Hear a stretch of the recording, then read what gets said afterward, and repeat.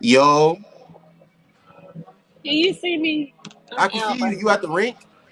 No, I left there. I'm at this place gonna get some food. It's a bar. You by yourself? Yeah. Oh, okay. You going home with somebody? I have a boyfriend. All right, let's get into it, man. Do you agree or disagree with what he said and why or why not? To an extent, I disagree. I agree with the notion of that money won't keep a woman, and we've seen it so oftentimes with women like Kim Kardashian. We've seen it with Elon Musk's ex-wife, with Bill Gates' ex-wife. But the difference is between what he's saying versus the reality of the average woman is who does or who doesn't have. Because on the adjacent end, we've also seen women who've been enticed with Future, women who've been enticed with Fetty Wap, women who've been enticed with these other men who don't have as much money, and they stick around because of the money until they get on. It's a difference in between Krishan Rock versus Blueface other baby mama, because Blueface other baby mama is not known. Krishan Rock is known. So if her and Blueface were to separate today, she's already made money and a name for herself. So now it's requiring more to keep her happy because she's been able to utilize his likeness to gain a bag and gain attention. But his first baby mama is not on that wave. So to a degree, money will stabilize, money will keep, and money will make people conform to things that they've never had before because it's new to them. But again, it is all dependent on the woman and it's dependent on what she's used to. Overall, no, money won't keep. But for the majority, if they've never had it before, they probably will stay. What is your definition of a quote unquote real woman? I don't subscribe to that. I don't subscribe to what a real woman is because the things that I will do in regards to relationships and men, other women probably won't find that necessary, whatever the case may be. I don't think like your duty to other people makes you a real woman or not. I just can't subscribe to that. There is no real definitive for me because I know that there are some men who are a lot less aggressive than me, a lot less assertive or combative than me, like won't fight at all, like can't, like they're not confrontational. I will fight. And then there are men that are far more barbaric, far more aggressive, and then you can do the same thing with women. Like there are some women who are just not, they're not confrontational, they're not those type of women, but that doesn't make them less of a real woman because they won't speak up on certain things or they don't feel the need to assert themselves. That doesn't make them less than a real woman because she may be stronger in other areas. So, do you think because when I be having these different conversations, when I tell these women about how what the mentality is of a lot of modern women and how a lot of women be moving in the dating scene, they be telling me, no, well, those aren't women. Those are girls. Those are little girls that have that mentality. Those are little girls that I don't move that way. listen. The reason I've heard people say, "Oh, y'all talking to little boys," and the reason why I don't subscribe to that is because you take the accountability of the character off of the demographic. An 18-year-old is still an adult, and they have to learn to conform to society. I'm not going to call you a little girl because you're 18 when I know that there's 18-year-olds who will get out here, get a job, and go hustle, become entrepreneurs, and actually are very mature. I'm not going to call you a little girl because you're 45 and you still up chasing behind a man and fighting. You're a grown adult. And once we start labeling people like that, trying to decipher and put these terms on them, we're taking accountability from the problematic people that are in the equation. We still interact with these people. We still date these people. They're part of the problem that is influencing the rest of us with these bad behaviors. So why would I refer to them as that? So if I asked you, Paris, if I said, what do you believe most modern women prioritize when it comes to men pertaining to dating these days? So if I said, are they prioritizing a man's character, a man's personality, or are they prioritizing a man's financial status and what they see him able to do for them possibly in the future? If you had to answer You know that what they're question 100% prioritizing? honestly, what are you going to answer? A man's status and his popularity. because that could easily be conflated with his wallet. That could easily be conflated with his character. More times often than not, most of these women today that call themselves or subscribe to the modern women terminology, they are subscribing to a man's status. How many followers does he have on IG? How many people like him? Is he popping when you can go to the club? Can he get me from where I am now? And if you listen to some of these women talk, they would tell you, I want a man I can build with. I want a man who's going to teach me something. I want a man who I can grow a business with. And it's like you're subscribing to his status.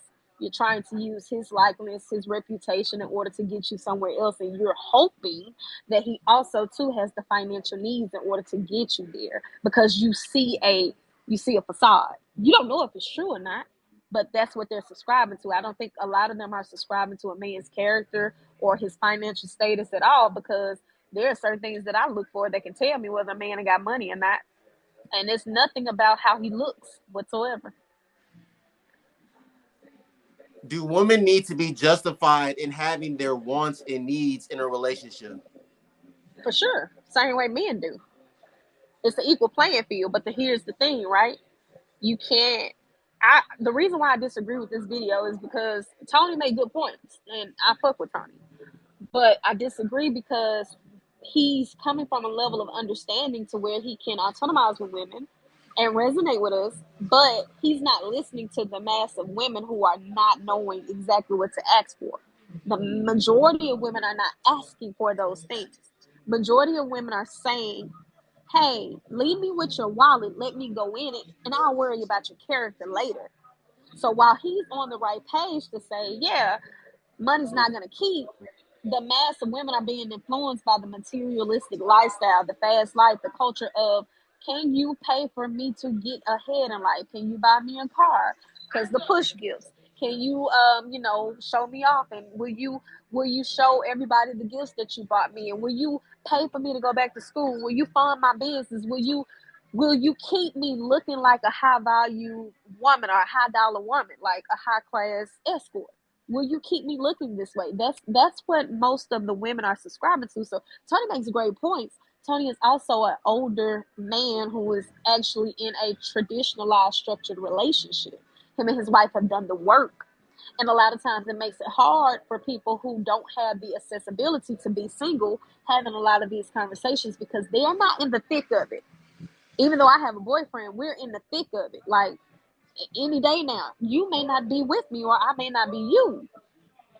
So when you realize that there are people who are leading a lot of these conversations that shouldn't be in it, it makes it more easier to assess the bigger picture. Is it a man's obligation to cater to all a woman's needs in a relationship? If You so, can never go ahead. I heard the question the first time, but go okay, ahead and okay, repeat it for go the ahead, audience. answer it then. No, go ahead and repeat it for the audience. Yes, yes. So if so, why is that the case? And what is a woman's obligation to her man in a relationship, if any? Because what is the return on the investment for the man? Because again, in this video, he did not specify what a real woman is. Everything was about this is why men can't keep a quote unquote real woman. Money's not gonna do it. Sex is not gonna do it. And a lot of the time when these conversations are being had, it's always about what the man needs to do for the woman. It's never about what is the woman obligated to do for the man. What does the woman need I to do to agree. keep the man? So I is agree. so if as a man, if I make an investment in a woman that I want her to be my girlfriend, I want her to be my wife. Hmm. What return am I getting on my investment? Because you expecting a lot from me without really any investment for real. So what am I getting? Okay. What return am I getting? Well, here's the thing, right? Let me preface this by saying, I'm gonna answer your question. I heard you very clearly, but let me just start by saying that, um, first and foremost, I don't think that I'm equal to a man, and I don't have the duty of being a man's piece. I am to come in and enhance everything that you have. Everything that you already have created for yourself and stabilized, all you need to do is fixate a place for me to come in, be comfortable so that I can enhance whatever you have. And everything else that you think of along the way, let's go do that. Whatever you can set the foundation for, I'm coming to enhance it. All right. So now that I have said that, let me start by answering your first question. There is no way for you to be everything anybody needs. There's no way for a man to be everything I need. Because the thing about it is, happiness is a tangible emotion. It goes in and out of cycles. I never base any relationship off of happiness. I base every relationship, this is me personally, even my friendships, like a contract. If I start to not feel a benefit, it's a give and take. I have to be useful and I have to be used. If I start feeling like this is unbalanced, we need to revise this contract. Either we finna terminate it or we finna extend it and make some adjustments. And I treat men that way because there's no need for us to get emotionally entangled into something that is going to be depleting of my character. I can't do that for you. So once I start getting involved with a man, I do healthy checkups every 3 months or so. I go, are we okay? Are we good? Is there something better that you want me to do? Is there something that we need to do? We talk about sex. Is there something else you want to try? We go into detail about all these things because I don't believe that anything should be a hindrance to talk to my partner about. You should be able to see me in every emotion. Happy, sad, upset. You can tell me, you can watch my tone. You can tell me you don't like the way that I'm talking to you. You can tell me that we are not going to be able to have this conversation until you get into a better space, and I can respect that because adults don't agree all the time. However, we have to be able to come together and see the end goal. So when you're asking, can a woman be a man's all he needs? No. But I do need a man to be able to vocalize what is it that he requires from me. Because if I start giving you everything you require, you have no room for error to say I didn't do what you asked me to do.